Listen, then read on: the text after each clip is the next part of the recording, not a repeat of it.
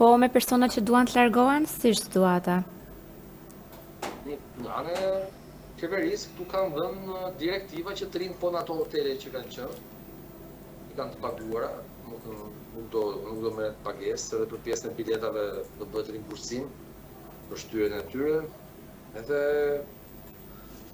mendoj që është për arsye sigurie, nuk mund t'i lejosh tash ty kësh njerëzit në avion, ndërkohë që qielli është i mbushur me raketa e me dronë, se një gabim ndodhi kalon në fatalitet. Kështu që gjykoj që është ma sigurie, është e domosdoshme në këtë fazë. Ju vetë do të vazhdoni të qëndroni aty? Unë vetë personalisht do ri, se ka një problem.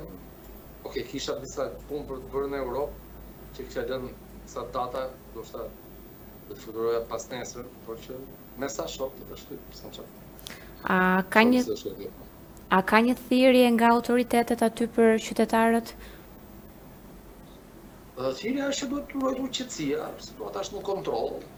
Do thonë tregojnë këto shifrat sa raketa dhe drone janë kapur në ajër, do thonë mos gaboj ishte gati rreth $2 miliard kostoja deri tanishme vetëm nga këto sistemet antiraketore.